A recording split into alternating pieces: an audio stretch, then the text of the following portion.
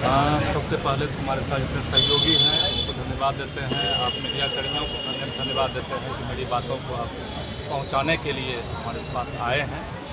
और ये कोई विशेष मांग नहीं है, ये वर्षों की मांग है और आज़ादी से पहले और आज़ादी के बाद की मांग है। लगातार शामों की जनता जो हर साल बाढ़ में डूबी रहती है और बेगूसराय से कटी रहती है, उसके बीच में हमारे मटिहानी और शामों के बीच में मिथिला सेतु का निर्माण कैसे हो, कहाँ से हो, कब हो, इस सब मांगों को लेकर के हम लोग अनशन पर बैठे हुए हैं।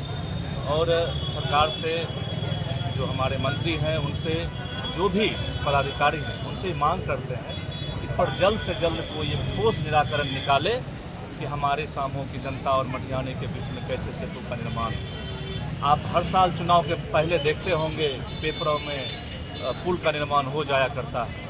पिछले बार 2-3 साल से लगातार हमारे माननीय गिरिराज बाबू और राकेश सिन्हा के बीच में जंग छिड़ी हुई थी, इसका श्रेय कौन लेंगे, पुल बनने का श्रेय कौन लेंगे। लेकिन वो श्रेय सिर्फ चुनाव के लिए था, चुनाव खत्म हो गया, फिर पुल भी खत्म हो गया। फिर से जब नया विधानसभा चुनाव आया है, फिर से पुल की चर्चा शुरू हो गई है। लेकिन शामों की जनता की भावना के बारे में कोई नहीं सोच रही है। उनके भावनाओं से हमेशा हमारे नेतागण खिलवाड़ करते आ रहे हैं। उसी सब जन भावना को लेकर के जब मैं पिछले सप्ताह, उससे पहले भी मैं शामों जाता था, तो वहाँ पर मुझे लोग बोलते थे सर पुल के लिए कुछ करवाइए।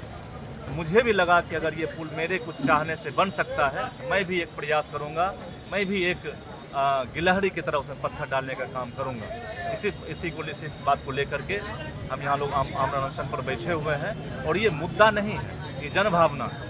इसको राजनीतिक मुद्दे के रूप में, किसी पार्टीगत मुद्दे के रूप में नहीं लेना चाहिए। ये एक बेगूसराय और पूरे उत्तर बिहार और दक्षिण बिहार की जनता की भावना है। इसको हम लोग को जल्द से जल्द शीघ्र पुल निर्माण हेतु हम लोगों को शुरू करना है। कितने लोग आप आमरण अनशन पर बैठे हुए हैं? हम और दिलीप जी हैं जो आमरण अनशन बैठे हुए हैं, तथा सारे सहयोगी हमें सहयोग कर रहे हैं। वो लगातार हमारे साथ बैठे रहेंगे और जब तक मेरी मांगें मान ली जाती है और या कोई आश्वासन, ठोस आश्वासन नहीं दिया जाता है कि कैसे मेरे पुल का निर्माण हो, तब तक हम लोग बैठे रहेंगे। सर, आज सांसद गिरिराज सिंह भी बेगूसराय पहुंचे, उन्होंने कहा है कि आमरण अनशन से कुछ नहीं होगा, पुल बनेगा, 200% पुल बनेगा, ये सब चुनावी पगडंडा है। नहीं, उनको बोला जाए, अगर गिरिराज बाबू अगर आए हैं तो उनका स्वागत है और आकर के बोल दें पुल बनेगा। क्या समय सीमा तय कर रही है तो डेफिनेटली हम लोग उनकी बात को मानेंगे, अभी मानेंगे, क्योंकि हमारे भारत के वो सांसद हैं और कोई एक जिला के और कोई एक पार्टी के सांसद नहीं है। उन पर हम सभी लोगों को विश्वास है, भरोसा है। वो एक ठोस आश्वासन दें, रिटर्न दें, तो हम लोग को अच्छा खुशी मिलेगी, शामों जनता खुशी मिलेगी कि हम लोगों के प्रयास से उन्होंने ऐसा कहा है।